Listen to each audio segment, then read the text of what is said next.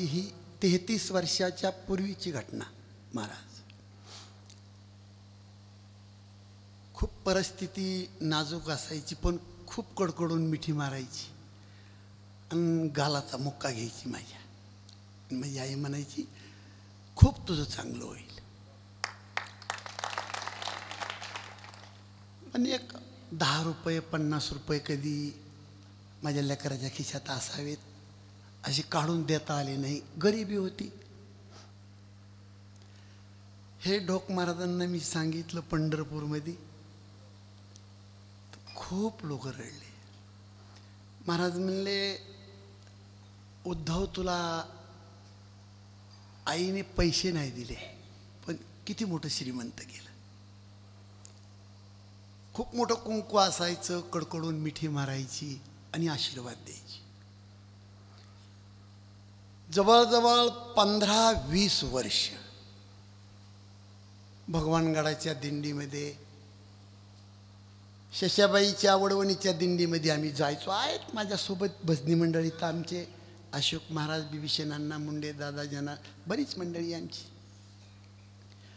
पण नेम दशमीच्या दिवशी भगवानगडाची दिंडी नाथ महाराजाला आणायला जाणार, हा जुना नेम. नाथ महाराजाच्या दिंडीमध्ये आम्ही खेळत खेळत यायचं. त्यावेळेला महाराजांच्या सोबत मी फुगडी खेळलो आपण. आणि त्या काळात म्हणायचो मी, हे प्रत्यक्षात नाथ महाराजांचं चैतन्याचं रूप माझ्या गावाला कधी नाही.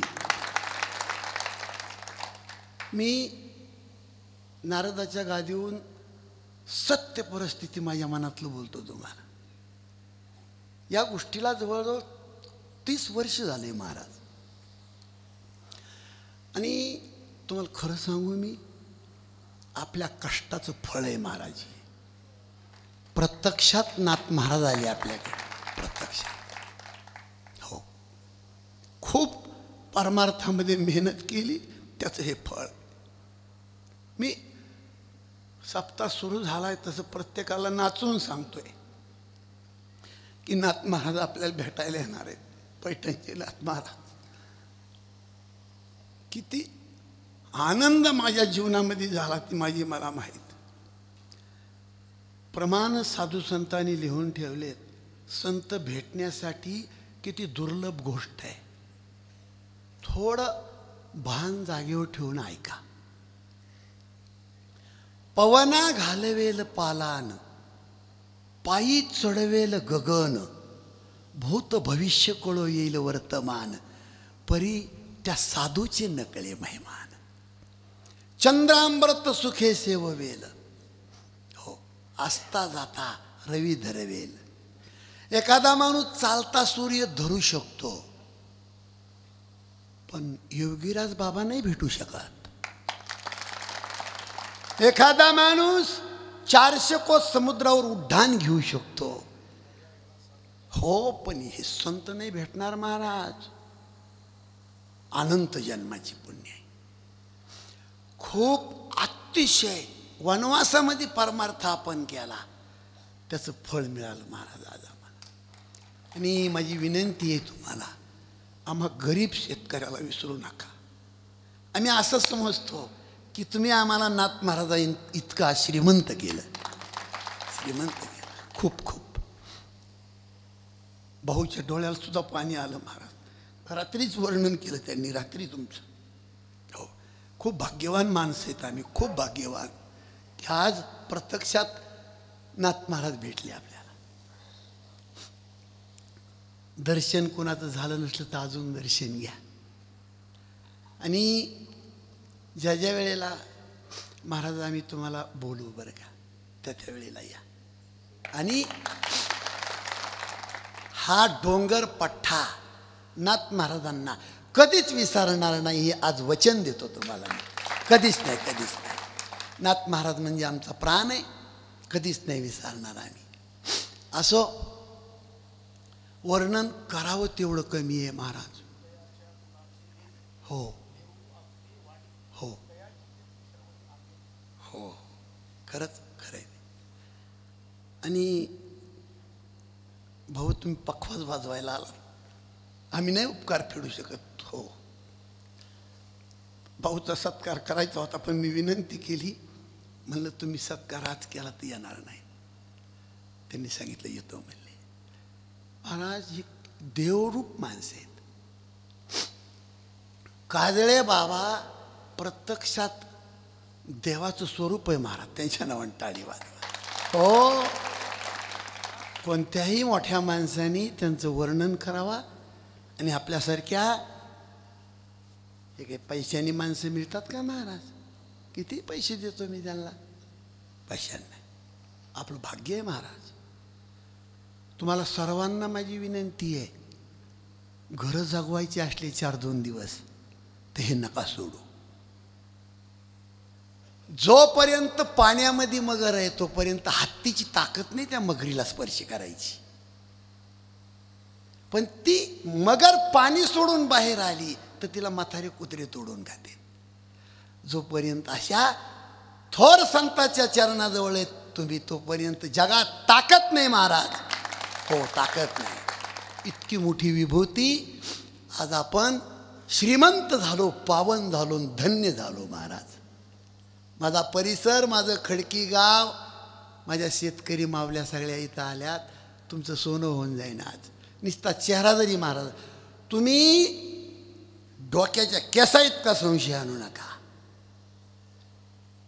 प्रत्यक्षात शांतीब्रह्म एकनाथ महाराज डबल अवताराला आले म्हणजे आदरणीय पूजनीय योगीराज बाबा त्या रूपाने जन्माला आलेले. म्हणून वर्णन करावं तेवढं कमी आहे. अनेक गावची मंडळी या ठिकाणी आलेली आहे. माझ्यासारख्या गरीब महाराजाचं वैभव तुम्ही वाढवताय.